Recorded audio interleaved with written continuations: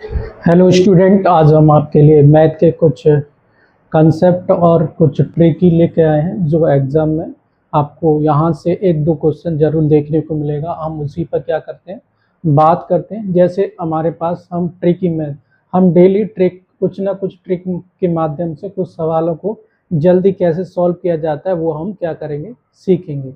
और हम जानेंगे किस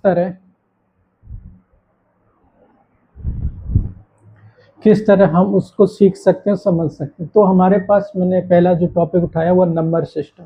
नंबर सिस्टम में कुछ ट्रिकी मेन पॉइंट हैं जो एग्जाम में इनसे आपको एक दो क्वेश्चन जरूर देखने को मिलता ही मिलता है।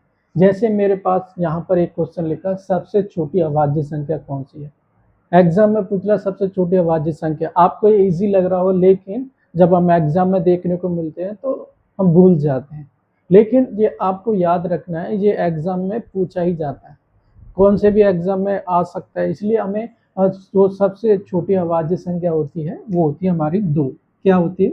दो। याद रखना है क्या होती है, दो।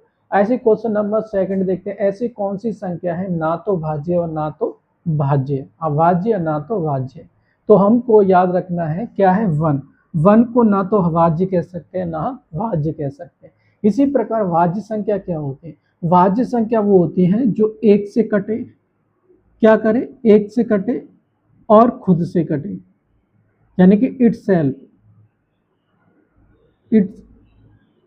सेल्फ, अपने आप से कटे। ठीक है, अपने आप से कटे।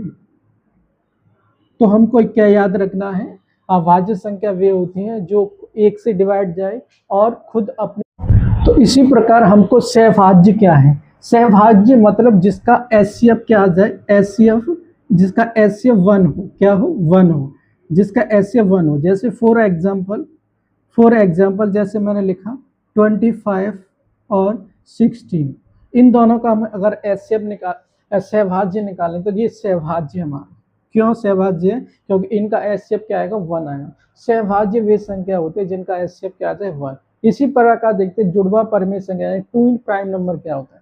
टू इन प्राइम नंबर होता है जिनका गैप दो हो, जिनका गैप क्या हो, गैप क्या हो, दो हो।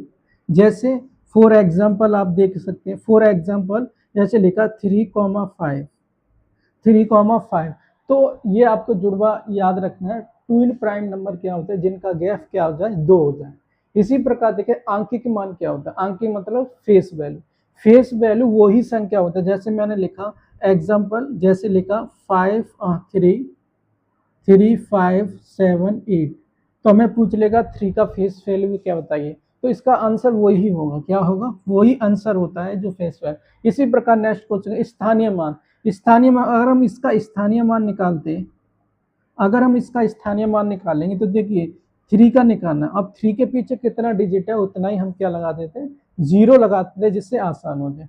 तो हमें देखिए 3 के पीछे कितना डिजिट है, 3, तो 3 क्या लगा देंगे, हम लगा सकते हैं। तो इसी तरह आप हमारे साथ जो एग्जाम से रिलेटेड पॉइंट है, ट्रिक के माध्यम से हम उन्हीं चीज़ों को इस क्लास के माध्यम से, आप हमारी क्लास के माध्यम से, और कंसेप्ट की क्लास भी हमारे माध्यम से आप सीख सकते हैं। जो एग्जाम में है, जो पूछे जाते हैं, उन्हीं चीज़ों को हम क्या कर रहे हैं, तैयार कर रहे हैं, जिससे आपको इस क्लास के द्वारा अच्छा बेनिफिट मिले।